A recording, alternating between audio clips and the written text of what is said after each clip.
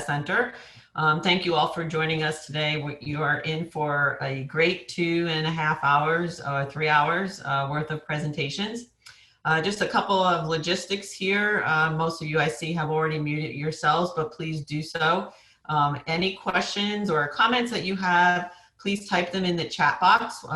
We will be monitoring the chat throughout the entire 2.5, 3 hours today. We are going to record this, so by staying on this line, you're granting us your acceptance to record this. We will post it in 2 places after this meeting is over. It will be posted on the CFNC website. It'll also be posted on the Student Success Center's Moodle site, so you will have access to it. And additionally, we will send you the link to the recording. In terms of what else we'll be sending you, we will remind you that there is a survey. You'll see it at the end of the meeting today, but we'll send you a link to the survey for today's sessions as well. And we will send you any PowerPoints that our presenters are willing to share with us. We will collect them all and then send them out to everyone that's registered for this workshop or conference. If you get logged out or disconnected during this meeting, you can just re-click the same link that you used to get into this meeting. And now just, if we can put up the agenda, we'll just discuss very briefly with you the format for the rest of this morning. So one is, if you wouldn't mind putting up the agenda, and you can, in the chat, we'll also put the link to the agenda again, so you don't have to go searching through your emails if perhaps it's not, front and center for you. But you'll see that we're going to have 2 presentations this morning from almost Dr. Bill Schneider, soon to be Dr. Bill Schneider, and Dr. Rebecca Tippett, and I'll let them introduce themselves as they begin to speak. We have 2 breakout sessions and during each one of those, there are 3 choices that you have to make. The first is from 10 to 10:50, and you can see there the different topics and who the speakers are. And there is a new link for you to click, the join session link, and the password for everything is Latinx. Then we'll take a 10-minute break, and we have 3 concurrent presentations again at 11 o'clock. Again, choose the one that you are most interested in right now. And again, remember, these are all being recorded, and we'll send you the links to all of this and any PowerPoints, again, that individuals are willing to share. We'll take a 5-minute break and then rejoin, and this is an opportunity for us to share out any major takeaways or those aha moments that we uncovered during the 6 different presentations. It'll be an opportunity for some questions and answers that perhaps you didn't get the answers to during the session or from the chat box. And then we really want to hear from you. We want to hear what are the next steps you'd like this group here to take. What is it that you want to hear about that you haven't already heard? And just really your thoughts about today's presentations and moving forward. We have advertised this as a series of 3 workshops, but what we found is the October workshop, which is retention, is overlapping so much with our 3rd workshop of success that we've decided to incorporate the content from the October workshop into the November workshop. So all this to say that we're going to cancel the October workshop. Not to worry, the content will be moved into the November workshop. And those of you that have registered already through Sign Up Genius will be receiving a message indicating that the October conference has been canceled. So special thanks, of course, to all of our speakers, but especially to Juana Hernandez and Dr. Juanez Ramirez. Without the 2 of them, really, this would not have occurred at all. And I think lots of times they felt like in trying to work with Matt and I, herding cats a little bit. So many thanks to them, and I'll stop talking and hand this over to Dr. Matt Meyer. Thanks so much. Thanks, Susan. Hey, y'all. Thank you for joining us today. I think we need to jump right into our speakers. Dr. Tippett, she's going to go first. She's going to give us sort of that leveling, sort of what's going on across the state with this population. And if you don't know Dr. Tippett, I encourage you to go to ncdemography.org, click on the About, hit the staff, read her bio. She's been a great partner for the state and for the community college system. And when she wraps up, we're going to jump immediately into soon to be Dr. Bill Schneider's presentation. Is going to be more focused on the community colleges and what's happening in the community colleges. So you'll have a great sort of leveling between what's going on statewide with the population, looking at enrollment, data, all kinds of great stuff to help you in your job as you go out there and do great things in our system. So without further ado, Dr. Tippett, are you ready? Yeah, thank you, Matt. Good morning, everyone. And we're just going to jump right into it. So I'm going to be presenting some top-level data on the Hispanic or Latino community in North Carolina. Before I begin, I wanted to do a brief note about terminology, because we hear a lot of different terms. And from the federal government perspective, from the census and data perspective, the ones that you'll most commonly hear are Hispanic, which was first introduced in the 80s and 90s.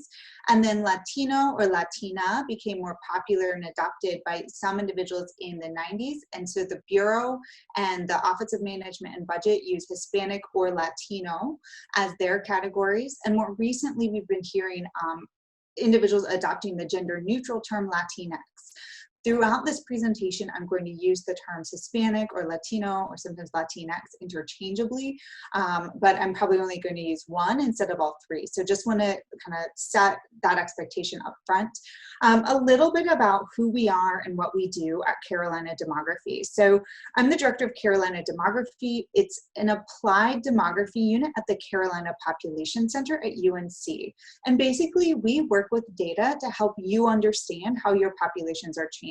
So the applied part is that we take kind of academic research principles and use them to solve and address real world challenges. And we've done a lot of really interesting collaborative work with the North Carolina Community College system and individual colleges over the past few years to really understand how the impacts of demographic change are potentially going to impact the system and local colleges individually. And you know, what we do ranges significantly. Where I'm here today is kind of somewhere between data acquisition and then workshops, trainings, and presentations. And we're just going to jump right into it, because one of the things that I think is vital and probably something that you are seeing in your population is that the Hispanic population has grown significantly in this state, and it's a huge potential opportunity, particularly for the community college system, which I'm going to hope that I can highlight in two factors. One, in terms of just the general population size and characteristics, but two, in terms of the educational attainment, the goals, and then the challenges that we're seeing those students face make the community college systems well served to serve these students. So the first thing that we should note is that the Hispanic population in North Carolina just officially surpassed 1 million residents as of the most current population estimates, which are 2019. So we should expect this number to be even higher when we get the results from the 2020 census. So North Carolina now has one of the larger Hispanic populations of any state, and it's a very significant share of our state's population. Just to put in perspective, when we look back just 30 years, the population today is 13 times larger than it was in 1990. In 1990, we had fewer than 100,000 Hispanic residents, and many of those were Puerto Rican who may have been at Fort Bragg or Camp Lejeune for military service. So that was about 1.2% of North Carolina's population. That population increased significantly in as of 2000, because 1990 really kicked off this multi-decade long trend where North Carolina became a destination for Hispanic immigrants, as well as individuals moving to North Carolina from other states. We saw that growth continue through 2010 at even larger rates. And we've seen, again, that population has grown at a slower pace, but still substantial over the past, since 2010, over the past decade. So today, the Hispanic share of North Carolina population is more like 1 in 10. So it used to be about 1 in 100 residents was Hispanic. Now it's about 1 in 10. And while that's what's happening at the statewide level, we'll see some really significant shifts that look different at the county level, which I'll show you in just a minute.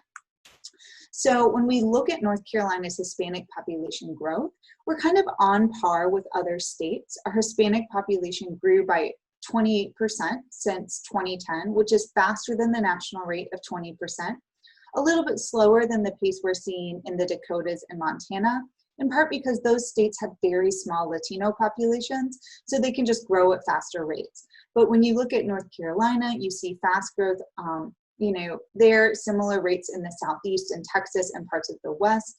One of the exceptions to kind of larger population, slower growth here is Florida, which has both a very large Hispanic population and fast growth among that population.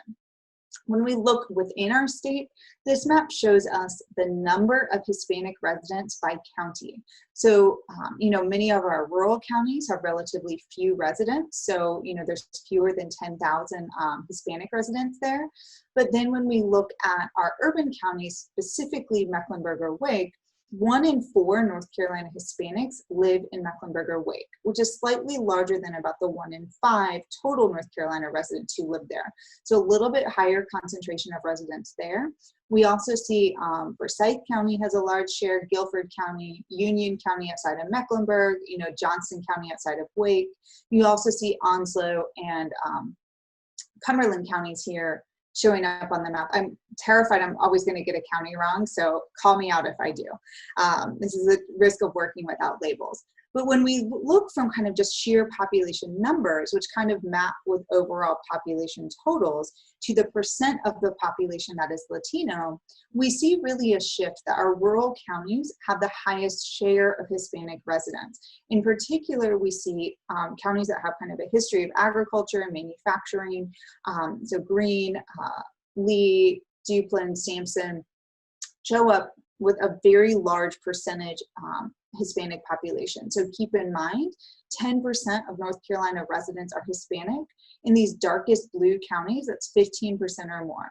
So I mentioned at the state level, North Carolina went from about 1% Hispanic to 10% by 2019, from 1990 through 2019. In places like Sampson County, that share went from 1% to over 20%. So you're talking about a very significant change in the composition of that population. And that's going to be really visible right now in the K-12 population and also in the students that are going to be entering into your schools. So one of the big shifts that we've seen as well is that that population is increasingly coming from individuals being born in the United States.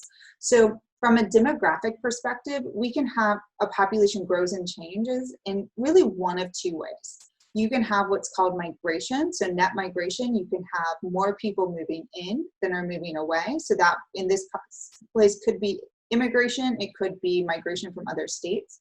And then you have what we call the natural factors, right? So you have more babies being born than people are dying. When we look from 2006 through 2018, we see that overall we have a few, like less than 50,000 increase in the number of foreign-born Hispanics living in North Carolina. Over the same time period, almost all of that population growth was in the number of US-born Latinos. So that means that North Carolina was kind of lagging the nation. We were predominantly foreign-born Hispanic, but in 2010, our population became majority US-born Hispanic, and it's now over 60% US-born. So 61% of North Carolina's Hispanic population was born in the United States, and that share is only going to increase.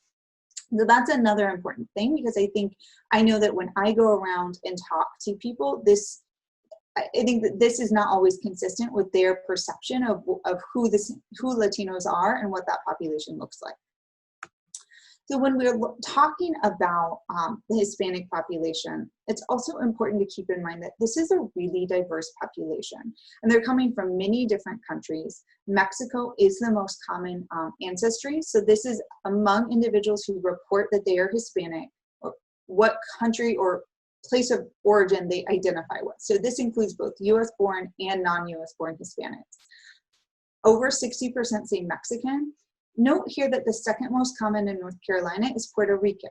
So Puerto Rican, very different population, born US citizens are still Hispanic, but a different, that's a different population with different citizenship characteristics, relationship to institutions, maybe than individuals who are coming from Mexico or then from one of the Central American countries, which are the next 3 most common ancestries in North Carolina. We have El Salvador, Honduras, and Guatemala.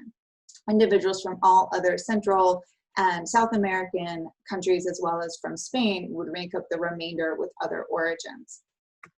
When we look specifically at those foreign-born Hispanics, remembering we have almost 400,000 foreign-born Hispanics, Mexico is again the most common country of origin. But note here that we flip a little bit, so when we go back to the ancestry, El Salvador, Honduras, and Guatemala is the order. But here we have Honduras, El Salvador, and Guatemala. So Honduras and El Salvador have flipped in terms of place of birth for the foreign-born. And note, because we're looking just at foreign-born here, you are not going to see Puerto Rico because that's not a foreign-born origin. And we see down there, much like the United States, North Carolina has a large share from the Dominican Republic as well as Colombia. And then we see a mixture of kind of both Caribbean, South American, and Central American countries rounding out the top 10. So that's the population overview. And I want to shift now to what that means for educational outcomes and what some of the data we have evaluated suggests are salient characteristics for this audience to keep in mind when talking about Latino recruitment. So in North Carolina, note that when we're talking about the Hispanic population, we're particularly talking about a population that is very large and prominent in both the working ages and then young adults and children. So nearly 1 in 6 North Carolina children children under age 18 are Hispanic. And we see, again, when we look at that 18 to 24 population, it's more like about 1 in 9, 1 in 8, 1 in 9. And we also see that other race group, that's the other population you're going to see really shift. That's both American Indian, other race, and multiracial. And much of the growth in that population is from increased diversity in the adult population, which leads to higher shares of multiracial children. How those children are going to fully identify when they're adults really remains to be seen. But just know that that's kind of what's driving that there. When we look at the total number of Hispanic children in North Carolina, so this is individuals under 18, we have about 381,000 children in North Carolina, and 94% of those individuals were US born. I do want to note here that because North Carolina is a relatively new destination for Hispanics, we have most of these children are second generation, so many are living in what are called mixed status families. So they may have parents who are legal residents, they may have one parent who is legal, one parent who is undocumented, and I know that that can create challenges for navigating the pathway from high school and into post-secondary. I'm not an expert on that, but I do want to just flag that as something that we know is there, and if you're interested in that data, I can help point you to additional resources for that. So when we're talking specifically about education, when we're looking at North Carolina, and this is the data that was just released last month, we see that Hispanic students actually have lower high school graduation rates right now than any other major racial ethnic group. So overall, we saw high school graduation rates are increasing, but Hispanic students lag that statewide average by 6 percentage points, are 3 percentage points below American Indian and Black students, 9 percentage points below white students, and 12 percentage points less likely to graduate than Asian students. So we do have a significant gap in the percentage of 9th graders who are likely to complete high school on time. So this is one of the, so when we're talking about that transition to college, we're talking about not just, kind of, are they interested, but also are they ever going to get to the point where they're ready to kind of make that transition in a timely fashion? So that's one of the first barriers we see in terms of what we might conceptualize as the leaky educational pipeline in North Carolina. But the other thing we have is we know that our Hispanic students who do graduate are much more they're less likely to report post-secondary intentions, but they're much more likely to report an interest in community colleges. So I'm going to show you the post-secondary intentions of North Carolina public high school graduates for the most recent year that we have data available. That's the graduates from 2019. So we're expecting COVID to have some disruptions on this, but we don't yet have the data to evaluate. So this dark blue is the percentage of students who reported plans to go to a UNC system school, a 4-year public in state. You can see statewide that was almost a third, with that ranging from half of Asian students to less than 20% of Hispanic students. American Indian, Black, and white students are about a third. So Hispanic students are much less likely to report intention to go to UNC. But when we look at community colleges, 43% of Hispanic high school graduates say they plan to go to a community college. That is by far the highest share of any group. It's 10 percentage points higher than white, Black students, 20 percentage points higher than Asian students, and 13 percentage points higher than American Indian graduates. So that's a significant share of Hispanic graduates who report that they want to stay in state, they want to go to post-secondary, and the institution they're planning on is a community college. But where we see another shift in interest is they're also then much less likely to report intentions to go to a private institution or an out-of-state institution, whether that's public or private. So wrapping that all up, overall, more likely to report community college intention, but less likely to report any post-secondary intention. So about 29% of Hispanic high school graduates report that they are not going to go to post-secondary, they're going to go to work, military, or some other thing, whether that's domestic life or they just don't know, which is the only other group that has a higher share reporting that is American Indian at 31%. So I'm going to move through some of this next stuff a little quickly because I know that Bill is going to cover some of this in greater detail. But what we also know is, so we know that those intentions are lower, and when we look at who transitions to post-secondary, that Hispanic students are much less likely to actually transition. So this looks at on-time enrollment, meaning the percent of high school graduates who enroll in a post-secondary institution the fall semester after high school graduation. So this is a pretty limited definition, and we know that if we expand that to be 12 months, we're going to pick up more students who go to a community college. But this is some of the work we did for My Future NC that really helps show that pipeline. So while 57% of all students made that on-time enrollment, just 38% of Hispanic students did, which is lower than any other group. And this enrollment gap explains a lot of the difference in overall outcomes for Hispanic students, because once they get into college, they have very much stronger outcomes than some other student groups that we might be comparing them to. So before I get there, though, I do want to note that within North Carolina, we looked at enrollment gaps by prosperity zone. And I think it's really critical to emphasize that the largest gaps in enrollment are in the communities where we often think of them as doing the best. And some of that is because we see white students are performing at such high levels. So that's North Central, which would be the Triangle, or the Southwest, which is Charlotte, have the largest gaps in enrollment. So in the Triangle region, there's a 31 percentage point gap in on-time enrollment between white students and Hispanic students. That's 6 percentage points larger than the state average. So really important to note that within some of our kind of top regions, there's still a lot of work to be done, particularly when it comes to the recruitment of Hispanic students. So once students get to post-secondary, we see really high levels of persistence to the second year.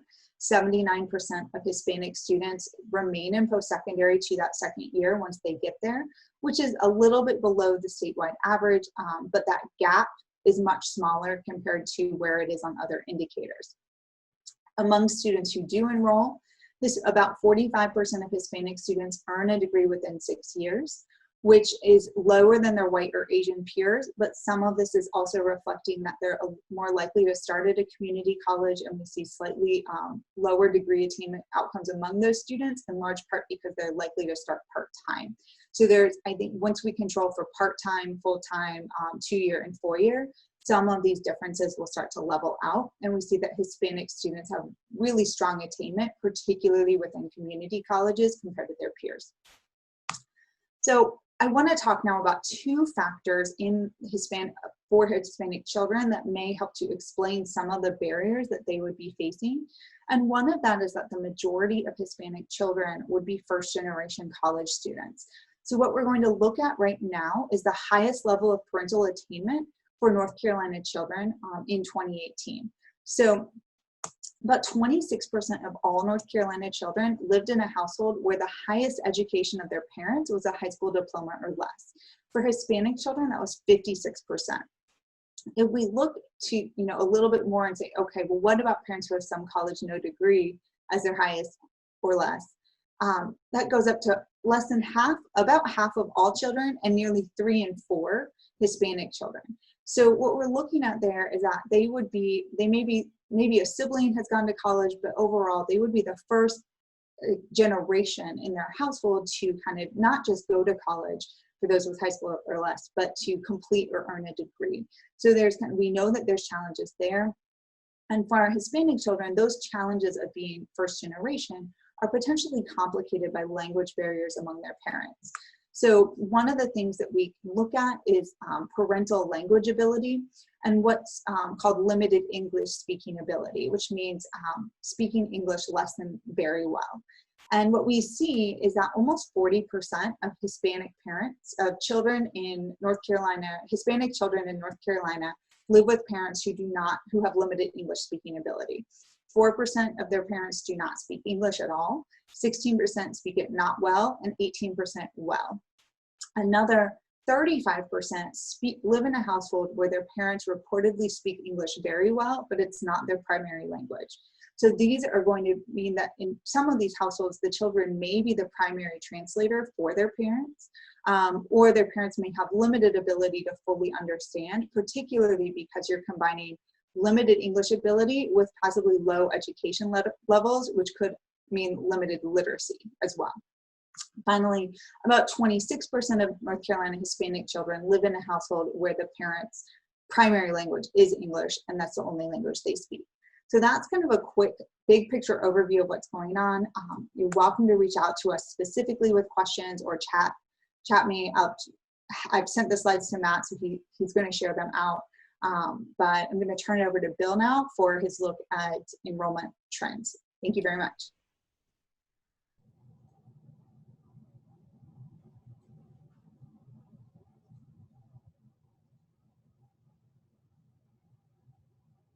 Hey, good morning, everyone. Can you all see my screen? Yes. Awesome. Okay. So I appreciate you guys joining us this morning, especially a data conversation at 9 o'clock in the morning. So y'all are pretty brave. But what I'm going to do is I'm going to walk through some of our dashboard work. So hopefully you've had a chance to dabble and engage in some of our conversations statewide with release a lot of these dashboards. These dashboards really kind of cross-cut across different things. We're expanding our access dashboards. We're definitely focused on enrollment FTE, but definitely looking at enrollment and things like that. So we're continuing to expand what we have in there.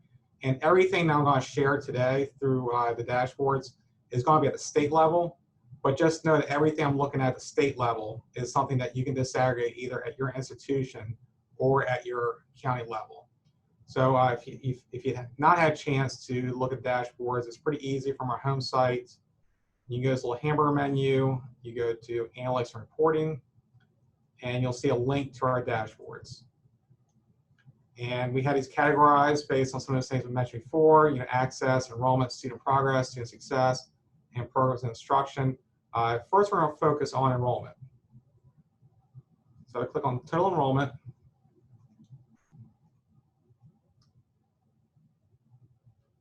You'll see this dashboard. We're going to focus first on the overtime tab. So this is looking statewide, looking at what our overall enrollment is for fall semesters. And for fall 19, we can see we have 422,000 students. So as I'm looking at the next couple of dashboards, it's going to focus on our entire population. So what I mean by total population, scroll down. Really what we're talking about is three major areas. So we're talking about our curriculum students. So our students are enrolled in, credential seeking post-secondary awards like certificates, associates, and also diplomas.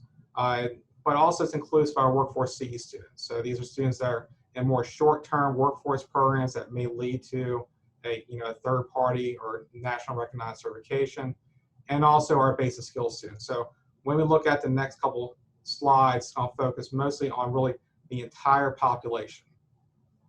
So we go to demographics, and what we'll do is first we'll do a deep dive on the race ethnicity, and we will select Hispanic population. So we'll focus here. So we can see the past 3 falls, we're seeing continuous growth in Hispanic population. It was proportionally, it was 11% of our population, and now it's up to about 12% of our population, but just a percent increase, it's about 10% increase over the course of those 2 years. So, we're seeing increasing, substantial increase year to year in the population. And once again, I mentioned too that if you want to, you can actually look at this at the institutional level. Now, if we shift over, we think about splitting this group up into by sex. And we're going to go ahead and filter on Hispanic females and males. And you can see these lines are fairly parallel. So the type of growth we're seeing for Hispanic females is very similar to Hispanic males, but we do see higher enrollments within Hispanic female population. That group, 3 or 2 falls ago was 6%. It's up to 7%, and we're seeing similar growth, but still the proportion is smaller than the females for Hispanic population.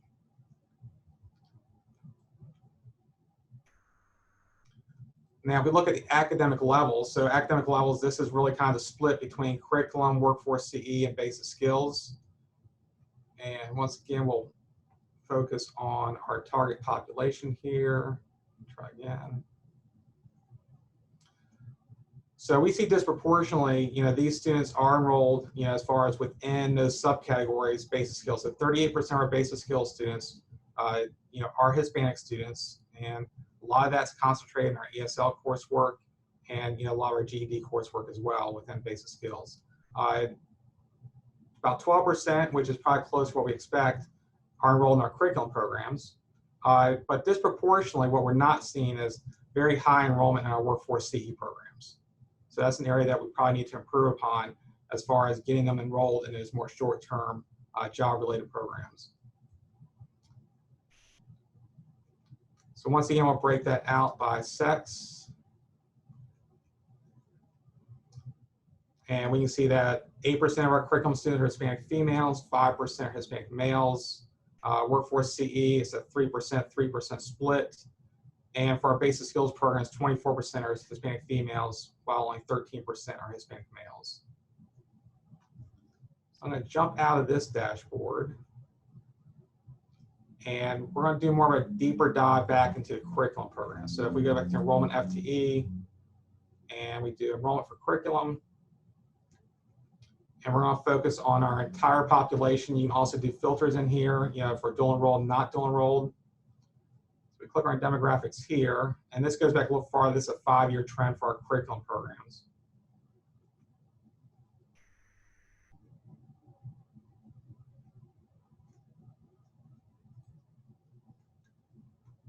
And we see that similar growth that we mentioned before. So, 20,000 students approximately back in fall 15, up to 28,000 in fall 19. And this is where you really see kind of change proportion. So in fall 15, we had 9% were Hispanics in curriculum, and that's up to 12%. So we are seeing growth in that area, especially proportionally, as other groups, really saw a decline, especially white students, from fall 15 to fall 18. And if we also break that out by sex,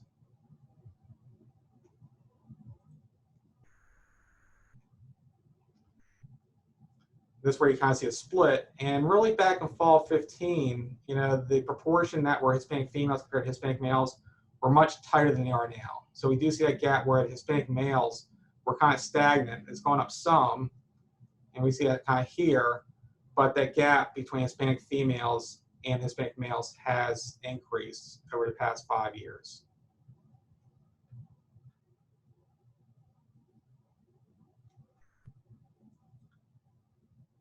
So this is something that Dr. Tippett touched upon too.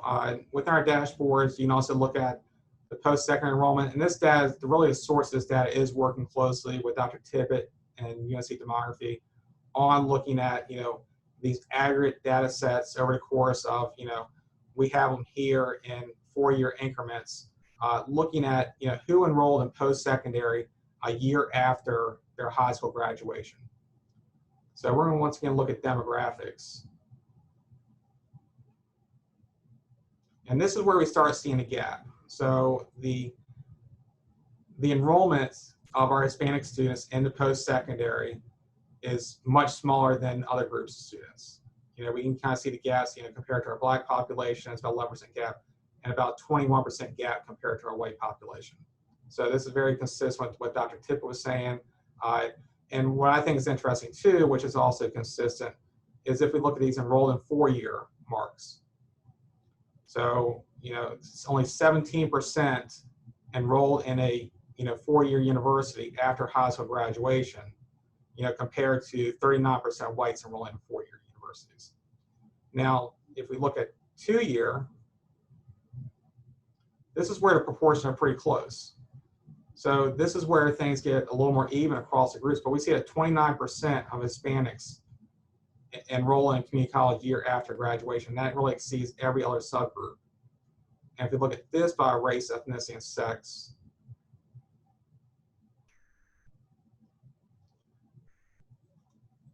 we can see for Hispanic females about a 10% gap in enrollment for Hispanic females compared to Hispanic males, which is fairly consistent across the other subgroups too, as far as comparing females to males. But here we can see that 19% Hispanic females enroll in universities, and about 14% Hispanic males enroll.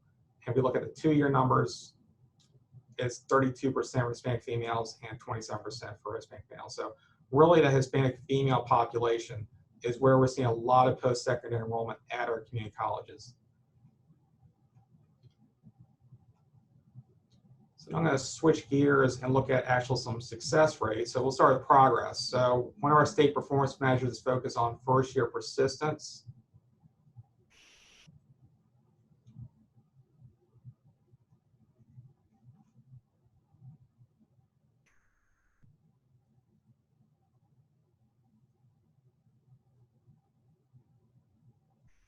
And this was also mentioned before. If we actually look at post-secondary persistence, if you compare it to total, this group is successful, compared to the group as a whole. So, while there seems to be an access issue of enrolling in post-secondary, once they come to our community colleges, they're fairly successful as far as persistence goes. And if we look at by sex, we see that really the Hispanic females are 71%, Hispanic males are at 66%. And looking beyond first-year progression, we also have another performance measure that's focused on really 4-year completion rates. And let's see, wrong one.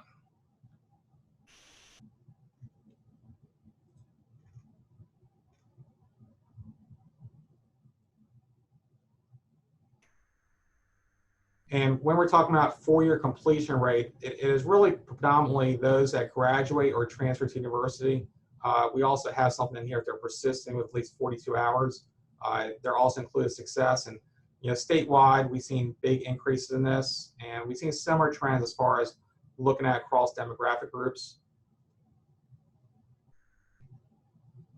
And for race ethnicity, once again, the Hispanic population is fairly close to what we're seeing for the total student population. And we break that out for Hispanic females and Hispanic males. We can see that there's a bigger gap for Hispanic males, but that gap is similar between the sex differences between the other ethnic groups. So 53% for Hispanic females, which exceeds for the total population, and 47% for Hispanic males, which is about a 5% gap compared to the overall success rate.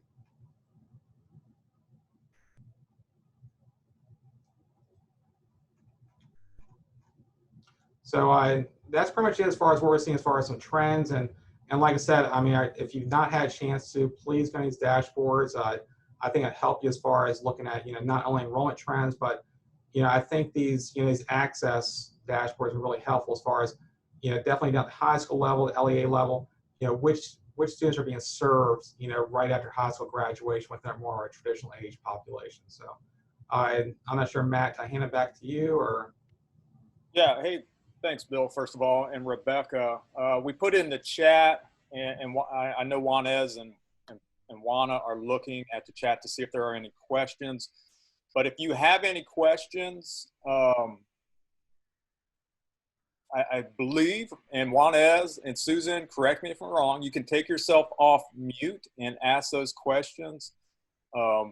This is first of all, to both these speakers, every time I listen to Rebecca and Bill speak, I learned something new. The fact that we have over 1 million Hispanic Latinos in North Carolina, I didn't think it was that high, so that's news to me. And also, really, the post-secondary enrollment, sort of the breakdown there, that again, new stuff. Looks like we've got some questions in the chat. Here's a question from Flora. What might explain the improvement in retention once Latinx students overcome access barriers? What might explain the improvement in retention once Latinx?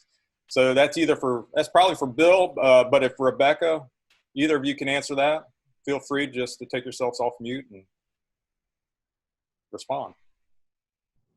Yeah, I'm not sure about the explanation. I'm not sure if it's because what we're seeing persistence is really kind of cross groups. I'm not sure it's just really in that Hispanic population, but I know there's been a lot of work from the institutions as far as think about revising their developmental.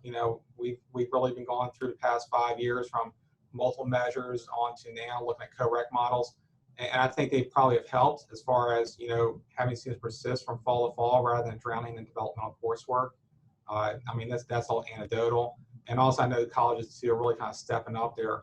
They're really working with students individually. So there's a lot more of that kind of work, especially, thinking about career coaches and really student success coaches. So I think college is stepping up, and I think also kind of probably the policy piece as far as development education probably are having an impact.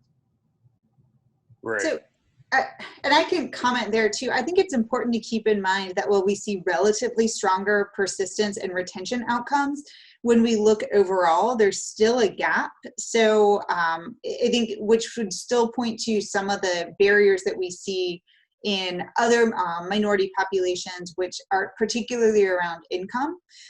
So one of the things is going to be, we'll still see some gaps there that may be associated with like financial capacity or need to be part-time. So I think that's just important to note that while it's strong, there's still opportunity for improvement. We had another question, Rebecca, from Sandhills Community College. Wondering if we have predictions for the Latinx population over the next 10 years. Do you have that? So I will put a link to the state demographer, which does have that. Unfortunately, they don't have it broken down by age, but I can say at the state level, Dr. Mike Klein, who's the state demographer, his most current projections are for about another 500,000 Latino residents by 2030. Perfect. And another question for Bill. What would you say is contributing to the disproportionate numbers for Hispanics in the workforce programs? Yeah, I mean, the cause, I'm not sure, but I do know that disproportionately, those workforce programs are, predominantly working age white males. And, I'm not sure it's because, disproportionately, they're more in emergency services and so forth. So, that could be more a recruitment issue that we might be seeing as far as, getting those short-term credentials that have been more kind of predominantly historically white male dominated areas. And Bill, the state has an initiative around workforce credentials, putting an emphasis on short-term, non-degree, industry-recognized credentials. How is our data looking relative to those types of programs? Do you anticipate it will be better once we have the Destiny 1 system in place? Any thoughts about that?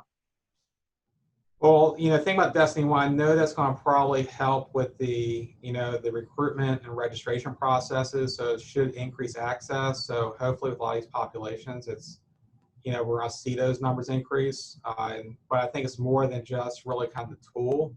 It's also making sure you're able to direct individuals to those tools and you're recruiting those different populations into those programs. Other questions? We got 3 minutes before we need to move to our breakout rooms.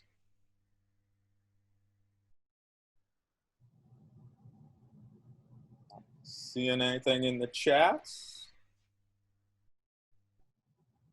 Here we go. Question from Flora. Any movement in policy advocacy for DACA students? So I'm not sure if Bill or Rebecca can answer that. That might also, I know Juana or Juanez with the College Foundation of North Carolina might be able to address that as well. But from our side, there has been very little discussion around DACA at this point. We hope when we look at in-state tuition, you know, after the elections, if things change, maybe there'll be more movement around that topic. Susan, Juana, Juanez, Bill, Rebecca, anything to add to the DACA students question? I'm sorry, I don't have any additional information to share. I also am out of my depth on that one. What I would suggest is we have some great speakers. Heidi White from Durham Tech has done a lot of work at her college around DACA students. She might be able to address that. And I encourage you to look at our agenda.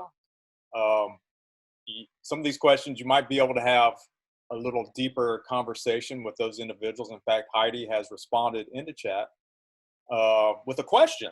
Has there been any discussion on expanding the admissions policy for undocumented students? And again, we have not heard anything at the system office level relative to undocumented students. So much of this is, you know, I think kind of dependent on the political, sort of the politics of our state and what's going on in the legislature, and some of that the political collateral, if you will. You know, let's see what happens after November. Hopeful, but right at the moment, you know, there's been none of this discussion at the system office level. All right, last question. So you guys are asking a lot of questions about what our student services folks deal with. And here's one about, how about a proposal of removing the RDS requirement for community colleges?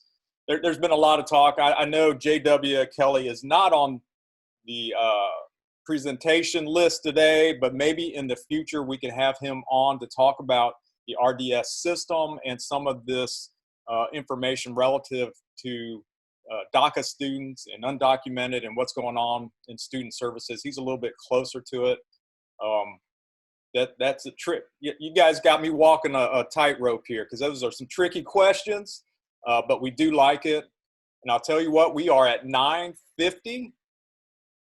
If you would, pull out your agenda. You've got the links for the 3 rooms, and it's time to move to those links. I want to, again, real quick, thank Rebecca and Bill for their presentations. We'll be sending those out. Obviously, you have links to the dashboard. And again, just thank you so much. This has been great information. Susan, Juana, Juanez, anything before we jump? No, just to remind folks, we have a 10-minute break, and then we look forward to seeing you at 10. Thanks.